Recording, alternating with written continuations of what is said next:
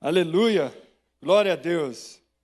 Deus é bom, amém, irmãos? Quantos pais nós temos aqui nessa manhã? Levanta a mão bem alto. Feliz Dia dos Pais, viu? Deus te abençoe. É tão bom ter pai, não é verdade? Eu até trouxe algumas imagens aí. Pode colocar para mim, por favor? As imagens de alguns pais. Olha lá. Criança esperando o pai chegar do trabalho. É lindo isso, não é? Esse aí é o beijinho esquimó. Não sei se vocês já fizeram isso. É o beijinho com o nariz. Vai. Olha, o pai trabalhando com o filho no colo. É uma maravilha agora na pandemia. Esse aí está meio assustado, pai de primeira viagem, tá vendo aí? Olha, o pai louvando, fazendo uma canção aí com o filho assistindo, vai. Esse aí deitou junto com o filho para fazer dormir. Quem nunca fez isso, né? Vai. Ai, meu Deus. Ensinando a andar de bicicleta. Ensinei minha filha faz um mês. Aqui, era para ter cortado. Eu esqueci de cortar, mandei a foto assim, mas tudo bem. A foto do pastor Ibe com a família dele, né? Uma referência para nós. Um pai maravilhoso. Pode passar mais uma. Aí o pai fazendo a unha. E por fim, eu fui ao dentista lá com as minhas duas pequenas. Aleluia! Glória a Deus, é maravilhoso. E hoje o tema da minha mensagem é as marcas de um verdadeiro pai. Amém? Um verdadeiro pai, ele marca o filho. O verdadeiro pai, ele tem características, ele passa para o filho coisas que marcam a vida do filho. E eu quero compartilhar isso que Deus ministrou na minha vida com você rapidamente, tá bom? Infelizmente, algumas pessoas não tiveram um pai de referência. Infelizmente, algumas pessoas, quando lembram da palavra pai, elas lembram de alguma coisa que ela passou, algum sofrimento, alguma angústia, né? Algumas vezes, esse relacionamento foi tão trocado, tão estranho, que a criança até pensou que o problema era com ela, que o defeito era dela. Tamanha o problema de relacionamento que ela teve com o pai.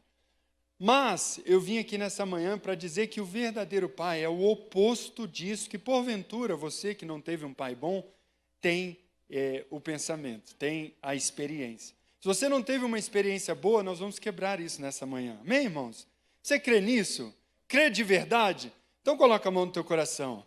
Diz assim, pai, mostra para mim quais são as marcas de um verdadeiro pai. Fala mais alto, pai, mostra para mim quais são as marcas de um verdadeiro pai. Sabe por que isso é importante? Porque quando você sabe as marcas de um verdadeiro pai, você tem um relacionamento com Deus maravilhoso. Você aprende a aproveitar o que tem de melhor no que Deus tem para te oferecer como pai que Ele é. Consegue compreender? O verdadeiro pai é aquele que transfere a identidade para o filho. O pai é o cara que mais incentiva o filho, já reparou? O verdadeiro pai. Ele é o que envia a flecha para o alvo. Ele é o que fala, vai filho, você vai dar conta. É o verdadeiro pai que faz isso. Ele imprime a identidade, ele livra o filho do engano do dia a dia, das circunstâncias do mundo. Ele livra. Ele imprime a identidade do filho. O verdadeiro pai, ele é proteção e provisão. O verdadeiro pai protege a sua casa. Meu irmão, com o verdadeiro pai você não tem medo do dia de amanhã, sabe por quê? Porque ele provê tudo que você precisa hoje e ainda vira para você e fala assim, meu filho, eu estarei sempre com você. Ele provê, ele protege. O verdadeiro pai, ele quando é o guia do barco, né? Ele está ali, ele tá ali o chefe do barco, você não tem medo do barco afundar. Mesmo que venha uma tempestade, você confia. E confia tanto que você fica doido para ouvir os seus conselhos. Esse é o verdadeiro pai. E assim é o nosso Deus querido, maravilhoso. É uma história real que eu ouvi uma vez de uma menina que engravidou antes da hora. E ela ficou com medo de contar para o pai. Por quê? Por conta da reação que ele teria. Além da decepção, seria uma situação tão difícil que o pai poderia reagir de uma forma ruim, até colocando ela para fora de casa. E ela falava para a mãe dela, eu não vou contar como eu vou fazer isso, até chegou o dia que ela teve coragem e contou. E sabe o que aquele pai fez? Ele pensou, por alguns segundos, pensou naquela situação, naquele erro que ela tinha cometido, nas situações que ela ia viver dali para frente. E ele virou para ela e falou assim, filha, eu até agora não sabia o quanto eu te amava. Porque antes de você errar, eu te amava muito. Como eu te amava. E depois que você errou, eu percebi que o meu amor por você, ele aumentou. Ele superabundou. Eu percebi que, mesmo você errando, eu continuo te amando com a mesma intensidade. Fique tranquila, nós vamos cuidar dessa criança. E eu vou te ajudar. Eu nunca vou te abandonar. Esse é o verdadeiro pai. É assim que é Deus conosco. É assim que Deus faz. Às vezes a gente fica com medo, com receio das atitudes que a gente toma, mas Ele imprime segurança e amor. É por isso que Paulo diz, ora, Ele não poupou nem mesmo o seu próprio filho, em Romanos 8,32. Como não nos daria também todas as coisas? Não é assim que Deus fala? Então, se você não tem essa experiência com Deus, eu quero te dizer que hoje o objetivo da mensagem é trazer essa experiência maravilhosa para você e para você que é pai, para que você fique ligado, que você precisa ser como Deus. Amém? Abra a tua Bíblia no livro de 1 Samuel, capítulo 30. 1 Samuel, capítulo 30. Se você não trouxe, a gente vai jogar ali no telão para você acompanhar, mas se você trouxe a sua Bíblia, eu prefiro que você abra, porque esse texto é tão tremendo que você vai ficar doido para ter uma caneta para poder anotar e tal, e tirar foto. Amém? É um texto que eu gosto muito, já preguei sobre ele, hoje vou trazer uma mensagem muito diferente da anterior, mas ele sempre fala profundamente comigo. 1 Samuel, capítulo 30, verso 1.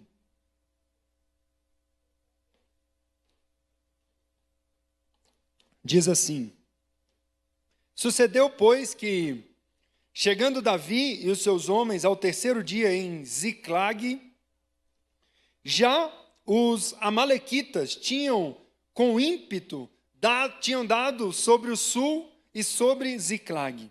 E tinham ferido a Ziclag. Ziclag é a cidade onde Davi e a sua família moravam. E a tinham posto a fogo. E levaram cativas as mulheres que estavam nela. Porém, a ninguém mataram, nem pequenos, nem grandes. Tão somente os levaram consigo. E foram pelo caminho. E Davi e seus homens vieram à cidade, e eis que estava queimada a fogo. E suas mulheres, seus filhos e suas filhas eram levados cativos. Então Davi e o povo que se achava com ele alçaram a voz e choraram, até que neles não houve mais força para chorar. Verso 5. Também as duas mulheres de Davi foram levadas cativa. Ainoã, a Jezreelita, e Abigail, mulher de Nabal, o carmelita. E Davi muito se angustiou, porque o povo falava de apedrejá-lo, porque o ânimo de todo o povo estava em amargura. Amargura. Cada um por causa dos seus filhos e das suas filhas. Todavia, Davi se esforçou no seu Deus. Forte, né? Davi, ele, nessa época aqui, só trazendo um pouco de contexto para você, ele estava fugindo de Saul. Em determinado momento, fugindo de Saul, ele teve uma ideia. Ele falou, eu vou me esconder junto com os filisteus. E foi morar junto com os filisteus, e de fato Saul parou de persegui-lo. E lá, junto com os filisteus saíram para guerrear, e Davi foi junto com eles. Era uma guerra contra Israel. Davi ia guerrear contra o seu próprio povo. Chegando lá, os filisteus falaram, cara, manda esse Davi embora, porque ele é israelita. Ele vai, no meio da guerra, se virar contra a gente. E aí mandaram ele embora. Davi foi embora. E quando ele chegou em Ziclag, a cidade onde ele morava, a cidade estava queimada a fogo. Tinham destruído tudo. Alguém, que Davi não sabia quem era, tinha passado ali e levado todas as mulheres, crianças e toda a população daquela cidade cativa para algum lugar que ele não tinha ideia de onde era. E os homens desesperaram, e depois de perder as forças, de tanto chorar, pensaram em apedrejar Davi. Era uma situação muito crítica. E a primeira coisa que eu quero destacar, que eu quero chamar a atenção nesse texto, é como Davi chegou até Ziclag. Se você não precisa abrir, mas no capítulo 27, olha como começa o primeiro versículo do capítulo 27. Disse, porém, Davi no seu coração, antes de Davi ir para Ziclag, aqui ele estava fugindo de Saul. Ora, ainda algum dia perecerei pela mão de Saul. Não há coisa melhor para mim do que ir escapar apressadamente para a terra dos filisteus, para que Saul perca a esperança de mim e cesse de me buscar por todos os termos de Israel. E assim escaparei da sua mão. Tem uma outra versão que diz assim, Davi pensou na sua cabeça, certamente serei morto. Davi estava fugindo de Saul, e ele teve medo de Saul pegá-lo. Então, ele foi para Ziclag. Então, o que levou Davi a ir para Ziclag? O medo. E aqui eu quero trazer a primeira marca de um verdadeiro pai. Sabe qual é? Proteção. Proteção. Olha que loucura. No capítulo 24, ou seja, nós lemos o capítulo 30, lá onde Davi estava em Ziclag. E agora lemos o capítulo 27, quando ele ficou com medo. No capítulo 24, Davi estava dentro de uma caverna junto com seus guerreiros e a Bíblia diz que Saul veio fazer suas necessidades. Eu não sei se era número 1, número 2, não interessa. E Davi estava lá dentro da caverna e Saul entrou, não sabia que Davi estava lá. Saul estava perseguindo Davi.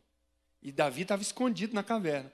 Saul entrou na caverna e começou a fazer as suas necessidades na frente dos guerreiros de Davi e de Davi. E os guerreiros falaram para Davi, vai lá, mata ele, deixa que eu mato. Não, mata você. A chance que eles tinham de acabar com o inimigo deles. E Davi falou, não, nós não vamos tocar no ungido do Senhor. Ele foi lá e cortou um pedacinho da roupa de Saul e depois mostrou para ele. No capítulo 26, isso aconteceu no 24, no capítulo 26, os guerreiros de Davi resolveram ir lá dentro do acampamento de Saul, enquanto o Saul e os seus guardas estivessem dormindo. E Davi chegou lá à noite, de madrugada, com seus guerreiros, e Saul e o seu exército estavam dormindo. E a Bíblia diz, no capítulo 26 de 1 Samuel, que Davi foi até do ladinho de Saul, pegou a lança dele, pegou o cantil dele beber água e foi embora. Não o matou de novo. O que eu estou mostrando para vocês? Que quando você lê essa história, evidentemente, há muitas evidências de que Deus estava protegendo Davi. As evidências são tão grandes que, na verdade, quem corria perigo de vida não era Davi, era Saul. Saul não morreu por milagre, Saul não morreu por graça de Deus. Saul foi envergonhado na frente do seu exército várias vezes enquanto perseguia Davi. Porém, Davi, por um instante, ele permitiu pensar que Deus não o protegia. Por um instante, ele não percebeu uma das principais marcas do nosso Pai que está no céu: a proteção. Você não pode cometer esse mesmo erro. Não pode. Em diversos momentos da nossa vida, nós acreditamos que Deus não está nos protegendo. E aí sabe o que nós faz? Nós agimos pelo medo e não pela marca do nosso Pai. Nós precisamos saber quem é o nosso Pai. Davi tinha evidências suficientes para ele saber que Deus o protegeria e que Saul nunca, jamais o alcançaria.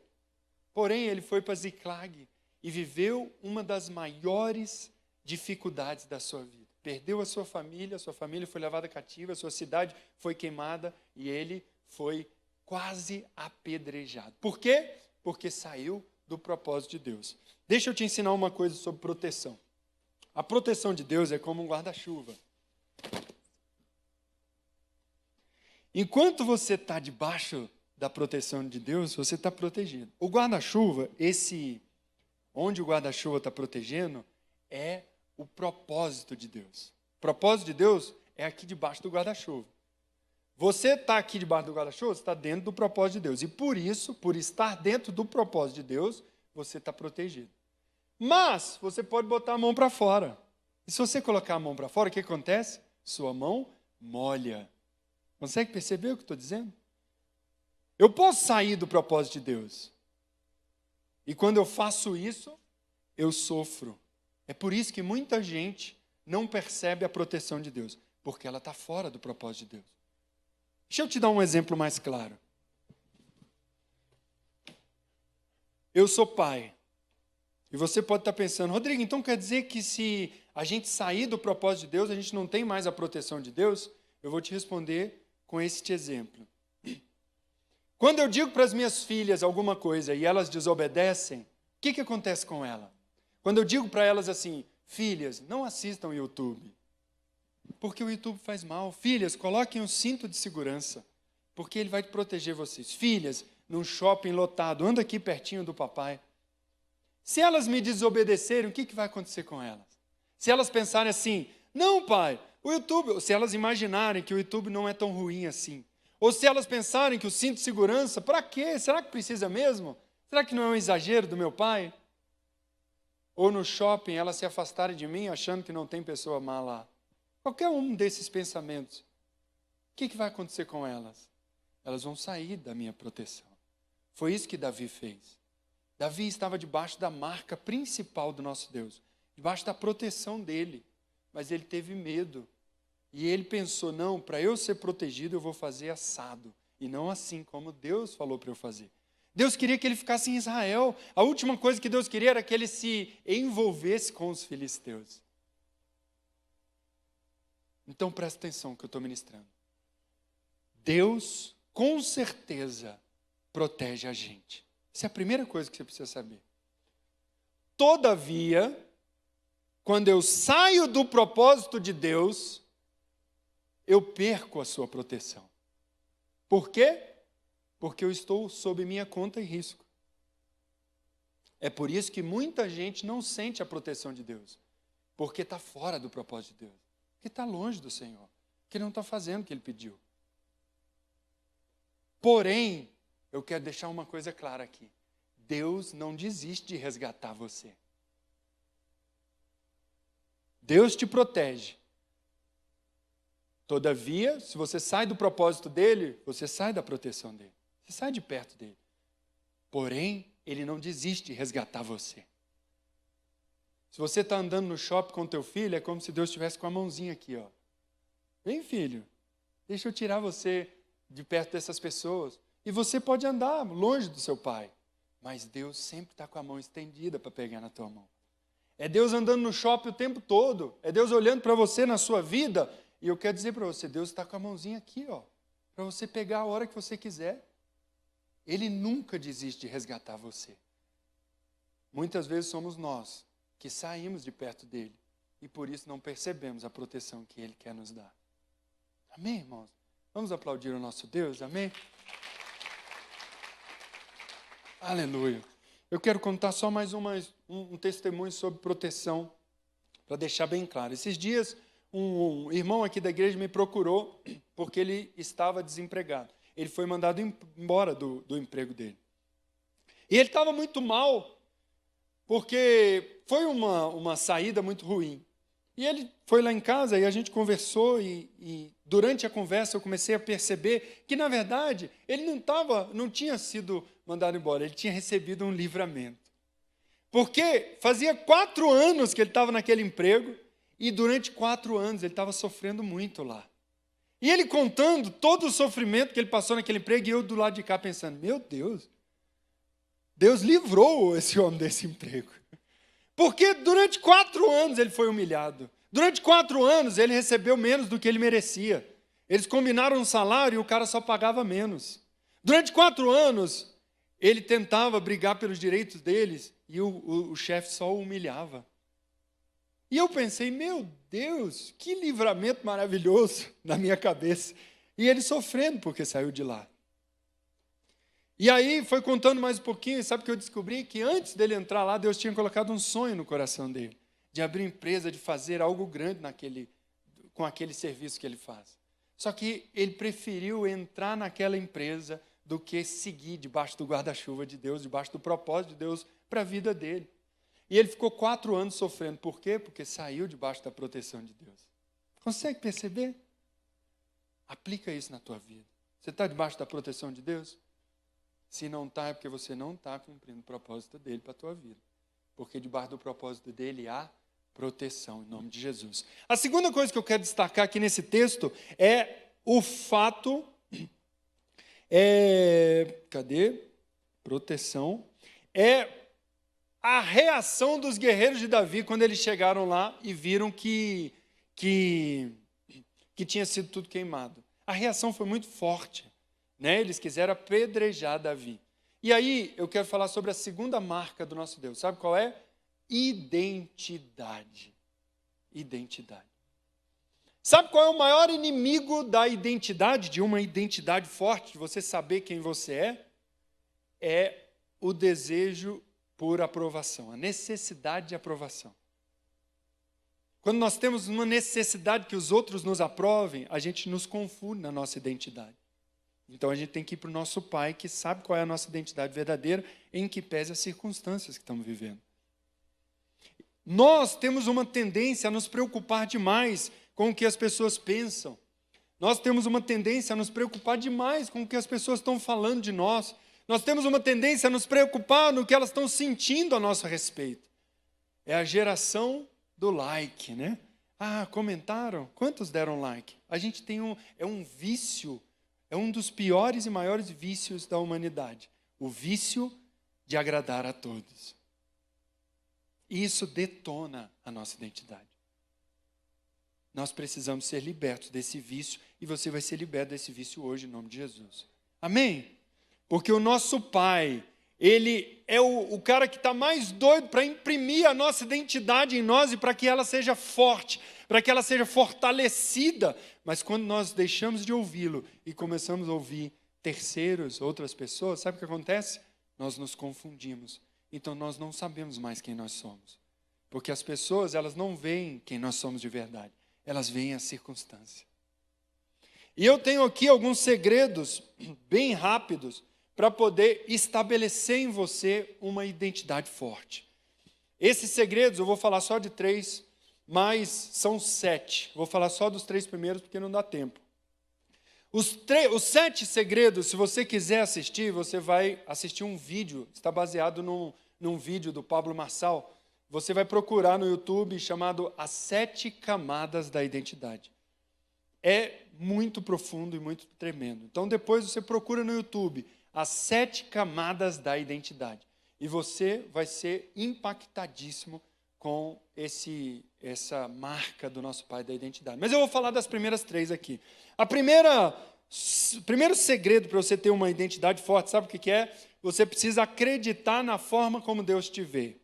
Ei, sabe aquilo que Deus fala a teu respeito? Você precisa acreditar de verdade naquilo. Quando você aceita isso, sua identidade começa a ser fortalecida. Vou dar um exemplo. Eu olho para as minhas meninas, para a Mel e para a Bia, e eu sei exatamente como elas são. Às vezes eu falo isso para elas e elas não acreditam. Eu vejo nelas um potencial. Isso não é fé. São tantas evidências que eu vejo e aí eu tenho convicção daquilo que estou vendo. Mas elas ainda não percebem quem elas são. Elas ainda não percebem a identidade que elas têm. E o quanto essa identidade é importante para o mundo. Assim somos nós e Deus. Deus, Ele sabe quem nós somos e muitas vezes Ele fala isso para nós. Às vezes nós não escutamos. Rodrigo, pastor, como que eu faço para ouvir Deus, para saber como Deus me vê? Se você não está ouvindo, é porque você está muito distante de Deus. Porque Deus é o mais interessado em marcar você com a sua identidade. Foi Ele que te fez. Forte, né? Mas é isso mesmo. O pastor Edu acabou de falar aqui, nós temos oração de madrugada, nós temos oração sexta-feira, nós temos oração 15 horas da tarde todos os dias, nós temos oração com o pastor Ibe todo dia de manhã também, nós temos oração segunda, nós temos oração o tempo todo. E o quanto você tem orado? Quanto você tem buscado? Deixa eu te falar uma coisa. Às vezes, nossa vida tem tantas coisas. E aí, de vez em quando, nós paramos e falamos, Senhor, fala comigo, mas é o seguinte, eu tenho 5 minutos. Fala comigo rapidinho. E Deus, tão misericordioso como é, Ele fala. Só que você está tão cheio que você não consegue ouvir a Deus. É como a Jane lá. Não é como a Jane nesse caso, é só o lugar que ela está. A Jane está lá no finalzinho da igreja, não é? Se eu falar com a Jane aqui, ela não está mais escutando. Por que ela não está escutando? Porque ela está longe de mim. Você quer saber tua identidade? Você precisa se aproximar do teu Deus. Se você não está ouvindo, é porque você está longe dele. Forte, né? Forte. Muita gente está com a identidade fraca e não sabe por quê. Eu estou te dando um segredo para você ter a identidade forte. Primeira coisa, você precisa acreditar na forma como Deus te vê.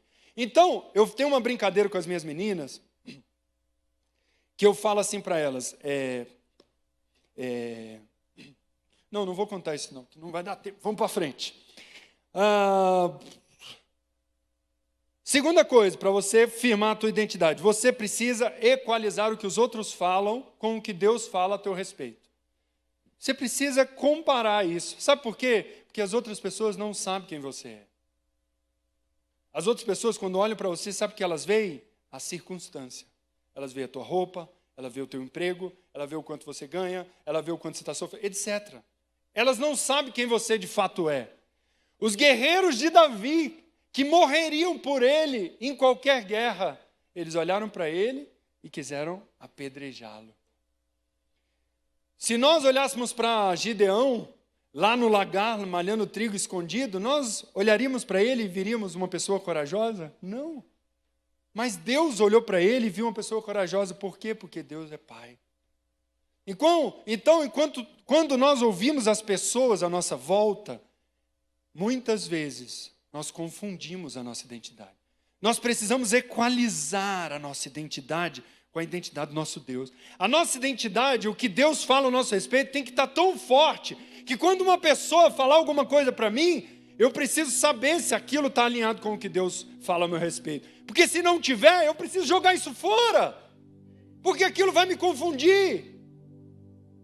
É só assim que nós fortalecemos a nossa identidade. Nós precisamos, urgentemente, parar de fingir que acreditamos no nosso Deus. Que acreditamos no que Ele fala a nosso respeito. Porque muitas vezes nós acreditamos, na verdade, no que os outros falam a nosso respeito. Porque nós nos importamos com o que os outros falam. E quando nós nos importamos com o que os outros falam, nós damos a autoridade para eles falarem na nossa vida. Mas eles não têm essa autoridade. E isso é tão profundo, tão profundo, tão profundo, que você é hoje o que os seus pais, o seu professor e os seus irmãos falaram na tua infância. Nós precisamos equalizar isso com o que Deus fala a nosso respeito. Segunda-feira nós tivemos uma live com o pastor Rick dos Estados Unidos, um profeta muito bom, que fala, meu Deus, no meio da live ele pega um nome lá e ele fala, olha, Deus está dizendo isso, Deus está dizendo isso, Deus está dizendo, muito, muito profundo, muito profundo. E sabe o que eu fiquei reparando quando ele estava falando com as pessoas? Que Deus estava falando para ela a identidade delas. Deus estava falando para elas, não se preocupe, as pessoas não te veem assim, mas eu vou te levantar. Deus estava falando para ela, eu vou te levar para as nações. Não, encontre a sua paz. Você foi feito assim por conta de Deus estava falando para elas a identidade delas. E sabe que eu estava reparando que mais de 80% de nós ficamos ouvindo o que as outras pessoas estão falando a nosso respeito e não o que Deus fala a nosso respeito. Nós precisamos equalizar isso, porque senão nós nunca teremos uma identidade forte. Não aceite o que as pessoas falam a seu respeito, a não ser que seja semelhante ao que Deus tem falado.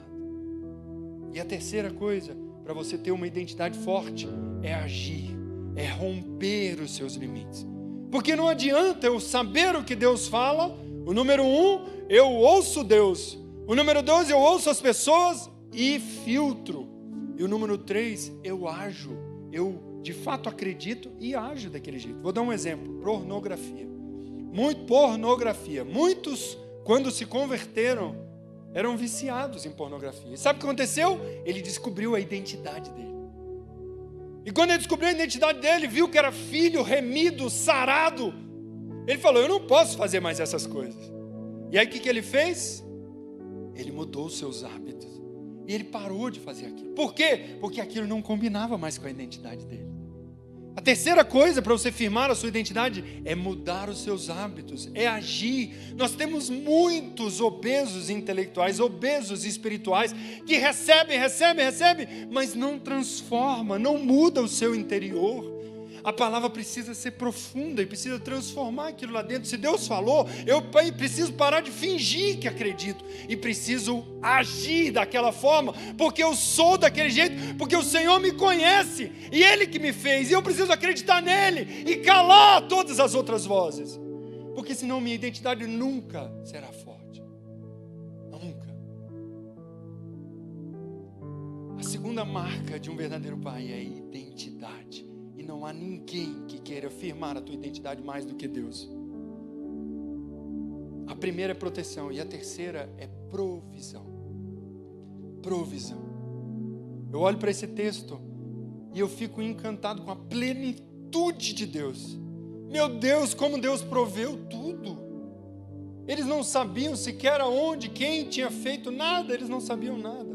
E a palavra de Deus, logo nos primeiros versículos, fala assim: e ninguém morreu. Os amalequitas foram lá, pegaram todas as mulheres e crianças, mas eles não fizeram mal a ninguém, porque no fim Davi restituiu tudo, porque Deus proveu. Deus proveu. E tem uma coisa que quero destacar, que é o egípcio que Davi achou no meio do caminho. Os amalequitas largaram aquele homem doente. Deus falou muito forte comigo: Davi não fez a mesma coisa. Por quê? Porque ele entende o processo da provisão. Deus, quando você olha a palavra dele, como que ele entende provisão? É melhor dar do que receber. E quanto mais nós damos, mais nós recebemos. E quando Davi encontrou aquele egípcio, sabe o que ele fez? Ele não fez como os amalequitas. Ele não largou aquele escravo doente. Ele pegou, cuidou dele. E o que Deus fez? Deus proveu todas as coisas. Deus... Tem muita gente que tem a mentalidade de escassez e aí fica pensando: cara, Deus está segurando a minha bênção. Não! Se Deus não poupou nem o seu próprio filho, como Ele pode segurar a tua bênção? Não! A Bíblia fala que Deus te dará todas as coisas. Deus, Ele não é o Deus que segura. Ele é o Deus que provê abastante, de modo, abastado, ao ponto de você transbordar em outros. É como o azeite da oliva. Enquanto tiver vasilha, Deus está derramando. Sabe quando Deus não derrama na tua vida? Quando você não derrama nas vasilhas. Quando você não transborda. Quando você segura. Quando você se torna um obeso espiritual. Quando você se torna um obeso e não dá resultado e não derrama em ninguém. Quando você faz isso, Deus olha para você e fala: acabou o azeite. Porque as vasilhas, cadê as vasilhas? Deus é o Deus da provisão, mas você precisa entender que é melhor dar do que receber. E quando você deixa se transformar por isso, a minha esposa é assim, ela compra uma roupa nova, ela vai no armário e tira outra, porque ela sabe que Deus vai renovar e ela abençoa as pessoas. Ela ganha um celular novo, ela vai lá e dá o antigo. Ela não vende o celular antigo, ela dá, porque ela entendeu a provisão. E Deus sempre a abençoa, e Deus sempre prospera, e Deus vai, porque Deus é a dinâmica do azeite e das vasilhas, e quanto mais você dá, mais você recebe. Hoje nós temos aqui a ceia do Senhor. Eu quero fazer um paralelo em relação a isso, para que a gente possa ceiar, amém, irmãos? Então nós vamos para a nossa casa. É melhor dar do que receber. E o nosso Deus, que é dono do ouro, da prata e de todas as coisas, Ele deu tudo. Ele deu o que Ele tinha de mais precioso. Ele deu o seu Filho amado, para que a gente tivesse vida e vida abundante. Ele ensinou para a gente como faz. E sabe o que você precisa fazer? Fazer igual. Você precisa entregar a tua vida para Jesus. Você precisa dar a sua vida para Ele. Você precisa parar de fingir e entregar de fato tudo.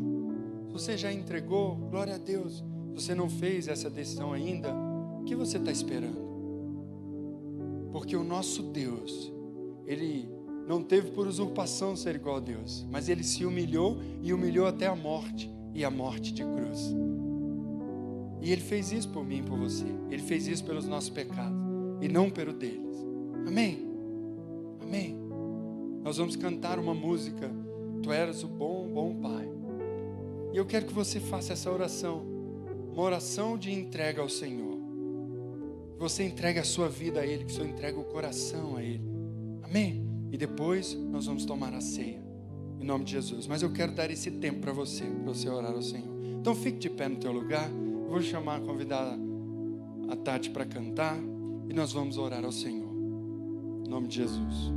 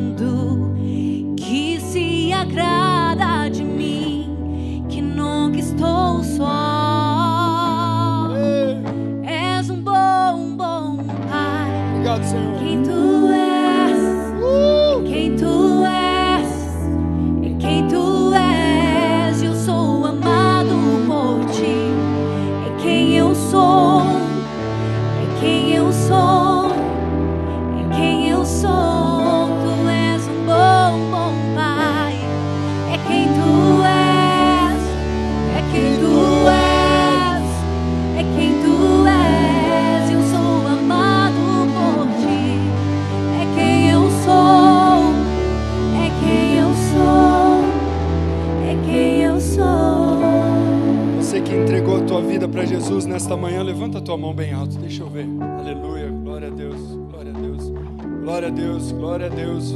Você que fez isso pela primeira vez, entregou a sua vida para Jesus pela primeira vez, levanta a tua mão bem alto, eu quero ver. Amém, aleluia, glória a Deus, glória a Deus, glória a Deus, glória a Deus. Aleluia, aleluia. Deus te abençoe, amém? Te guarde, faça resplandecer o seu rosto sobre si, te dê a paz, em nome de Jesus. Pega o teu cálice aí na tua mão.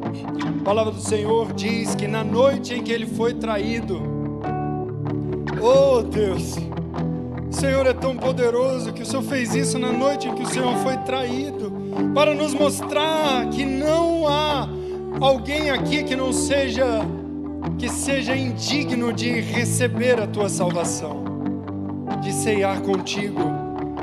Na noite em que o Senhor foi traído, o Senhor tomou o pão e, tendo dado graças, o partiu e disse: tomai e bebei, este é o meu corpo que é dado por vós, fazei isso em memória de mim. Oh Deus, comemos o pão, querido. Tu és o bom, bom Pai. Quem Tu és? Oh Deus, oh Jesus.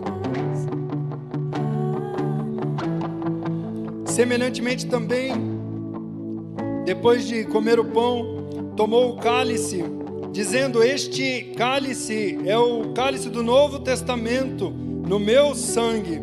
Fazei isso todas as vezes que beberdes, em memória de mim. Porque todas as vezes que comerdes desse pão e beberdes desse cálice, anunciarei a morte do Senhor até que Ele venha. Oh Deus, nós bebemos este cálice, Senhor, alegres, em memória de Ti, pelo que o Senhor fez por nós. E o Senhor entregou-se a si mesmo. Em memória de Ti, tomamos o cálice.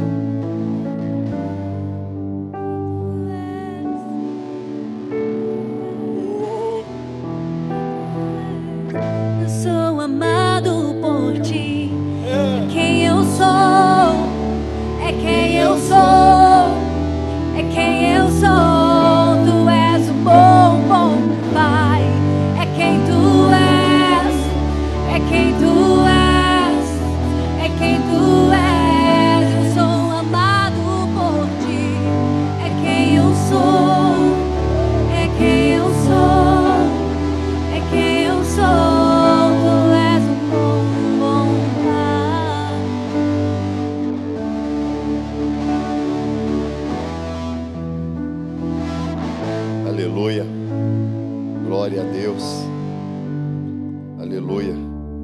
você sai aqui nessa manhã tendo convicção que você tem um pai.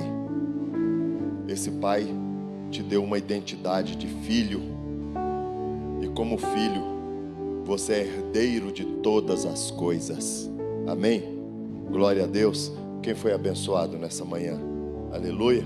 Glória a Deus. Eu quero orar agora te enviando como filho, te enviando com uma identidade. Uau!